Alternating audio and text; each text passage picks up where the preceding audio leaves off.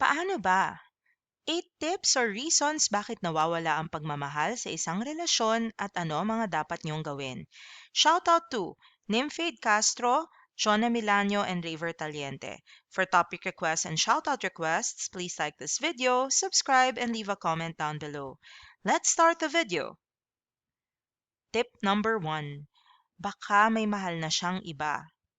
Ito ang maituturing na isa sa mga pinakamasakit na dahilan kung bakit nawawala na ang pagmamahal ng isang tao sa'yo. Dahil may nahanap na siyang iba. Yung pakiramdam na mas hihigit pa pala sa'yo. Yung tipong may nakilala siyang bago, maaaring nagsawa siya sa'yo, kaya mas pinili na lang niyang magloko kesa pag-usapan ng problema ninyo at subukan muling buhayin ang alab ng pagmamahal. Madalas, nawawala ang pagmamahal ng isang tao dahil sa pagiging kuryoso o pagkamis nila sa pakiramdam ng makakilala ng bagong tao. Yung ipaparamdam sa kanila yung excitement dahil hindi pa nila gamay yung taong yun. At saka sa umpisa naman kasi, 'di ba, pagkakamit pa lang natin ng isang tao, wala pang problemang dala yan. Siyempre, best foot forward rin yan. So, kunyari, medyo stress sa trabaho o di kaya nag-aaway kayo dahil matagal na kayong magkasama. Siyempre, part na din dyan, baka may mga bills kayo to pay, may anak na kayo together. So, parang para maka-escape sila, ayun, kumakausap sila ng ibang tao at nahuhulog sila doon sa taong yon, hindi dahil sa hindi ka okay na partner, pero most likely kasi hindi rin sila masaya sa buhay nila at naghahanap sila ng konting excitement o ng escape. Isa pang dahilan kung ba't nawawala ang pagmamahal ng isang tao ay iniiwasan ang conflict sa relasyon ninyo. Ito yung mga pagkakataon na imbis na sabihin sa partner mo na may problema siya sa'yo, pinapalampas na lang, nilulunok na lang, tinitiis na lang. Imbis na sabihin sa'yo yung mga bagay na ayaw niyang nangyayari sa relasyon ninyo, may sama na pala siya ng loob. Kinikim-kim niya lang. So, hindi kayo nag-aaway, pero sa loob-loob pala ng partner mo, akala mo okay ang lahat, pero matagal na pala siyang hindi masaya. Tandaan, sa isang relasyon, madalas mawala ang pagmamahal kung may unsettled issues kayong dalawa. Hindi nag-open up ng problema sa partner mo, kaya hindi nasosolusyonan ng mga ito. Napakalaking epekto ito ng relasyon, lalong-lalo na if stretch sa mahabang panahon. Kaya dito nagkakaroon ng mga pagkakataon na matagal na kayong kasal, tas kung kailan kayo tumanda, doon na lang ikaw biglang hihiwalayan. Pag 40 ka na, 50 ka na, yun pala matagal na pala siyang maraming reklamo. At magugulat ka kasi akala mo masaya kayong dalawa. Kaya always have regular check-ins with your partner. Kamustahin mo siya, tanungin mo kung okay lang, kung may mai-improve ba, and if may sabihin siya sa'yo na ikinaiinis niyang ugali mo, huwag kang magtampo, huwag mo siyang awayin. Pag-usapan ninyo kung paano ito masosolusyonan. Pangatlong rason kung ba't nawawala ang pagmamahal sa isang relationship, nananakit na ng pisikal ang isa sa partners. Isa ito sa mga dahilan na karapat-dapat naman talaga kasi kung sinasaktan mo ang kasintahan mo o di kaya ay sinasaktan ka niya, natural lang na mawala ang pagmamahal mo sa kanya. Hindi deserve ng kahit na sinong tao ang manatili sa isang relasyon kung saan pisikal na ang sakitan. Kung ikaw ay nasa sitwasyong ito, even if mahal mo pa ang partner mo, maaari mo na siyang iwan. Dapat mas malaki ang respeto at pagmamahal mo sa sarili mo kesa sa pagmamahal mo sa partner mo. Lalong-lalo na kung may mga anak din kayo. Madalas nararanasan ito ng karaniwang biktima rito ay ang mga kababaihan. Kaya kung ito ang sitwasyon nyo ngayon, humingi na ng tulong kung hindi mo kayang iwan ang partner mo o natatakot ka na baka mas lalo kanyang gulpihin pag nagsumbong ka. Rason number 4 kung bakit nawawala ang pagmamahal, hindi na kayo nagkakaintindihan. Madalas ang karaniwang dahilan kung ba't nawawala ang pagmamahal sa isa't isa ay dahil dumadalas ang pag-aaway ninyo. Instead na maging masaya kayo sa piling ng isa't isa, pagkamuhi na lang ang nararamdaman nyo sa tuwing nakikita mo ang partner mo. Nangyayari ang ganitong sitwasyon kapag hindi kayo nagkakasundo sa mga pananaw ninyo sa buhay. Ito yung siguro maaga kayo nag-asawa o di kaya nabuntis ka lang kaya kayo nag-asawa o di kaya is toxic talaga ever since ang relationship ninyong dalawa. Masaya kayo, nagagapuhan kayo sa partner nyo o nagagandahan siya sa'yo pero magkaibang-magkaiba at incompatible ang mga gusto nyo sa buhay. Kaya madalas ang away.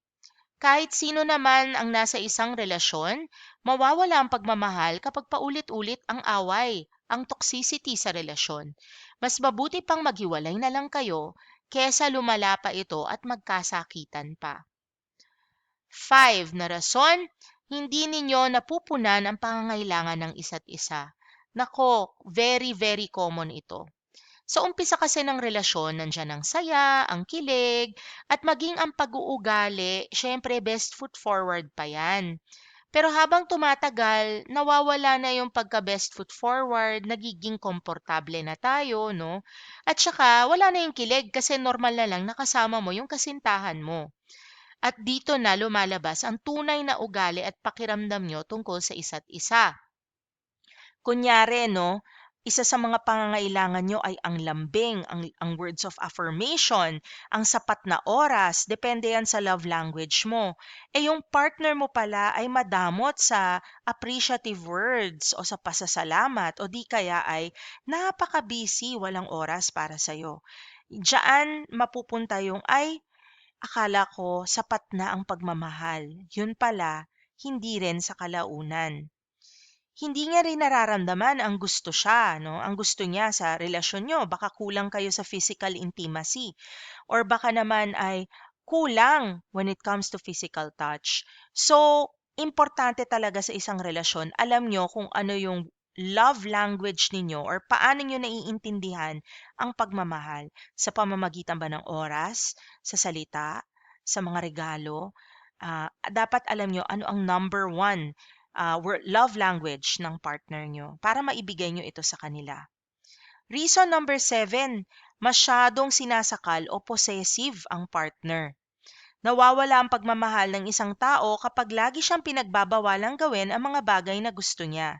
Imbis na suportahan siya ng kanyang partner, ay kinokontrol pa siya, parang magulang, 'di ba? Sino ba naman ang gustong makarelasyon ang kanilang magulang? Syempre hindi. Dapat equal ang pagtrato nyo sa isa't isa.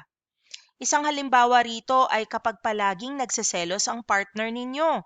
Yung tipong magkita lang kayo ng mga kaibigan nyo, pagseselosan na. Yung tipong may kumausap lang na lalaki, maski niyo naman kilala, humingi lang ng direksyon, ay magdududa na. So nakakapagod kasi ito. Kaya wag na wag nyo tong gagawin sa partner ninyo. Tandaan kapag seloso o selosa ang kasintahan, mauunti-unti mauubos ang pagmamahal. Kaya huwag sobrahan ang pagseselos, maging secure at magtiwala sa iyong partner. Reason number 7, wala nang date-date o bonding. Puro trabaho na lang o puro pamilya. Isang dahilan kung ba't nawawala ang spark sa isang relationship ay dahil hindi na kayo naglalaan ng oras para lamang sa inyong dalawa. Lahat na lang kasama ng anak ninyo. Lahat na lang ng pag-uusap nyo tungkol sa mga kailangan sa bahay. Lahat na lang ng labas nyo kasama ang pamilya o di kaya ang mga kaibigan. Kapag ganun talaga, para na lang kayong nag-best friends, naging magkaibigan, naging magkatuwang sa buhay, pero wala na ang romansa. Kailangan alagaan nyo ito. Alagaan nyo ang alab ng relasyon nyo sa pamamagitan ng regular na dates, regular na check-in kung saan kayong dalawa lang ang nandoroon. Sa mga kabataan naman o karaniwang magkasintahan, upang hindi mawala ang pagmamahal sa isa't isa, mag-set kayo ng mga oras na ilalaan ninyo para lang sa inyong dalawa.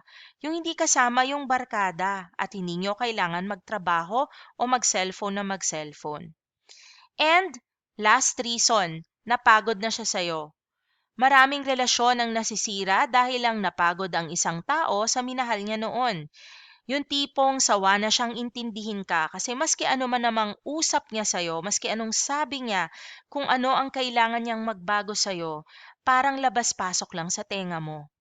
Madalas nawawala ang pagmamahal o lumalayo ang loob ng isang tao kapag nararamdaman niyang parang paulit-ulit na lang ang nangyayari sa relasyon ninyong dalawa.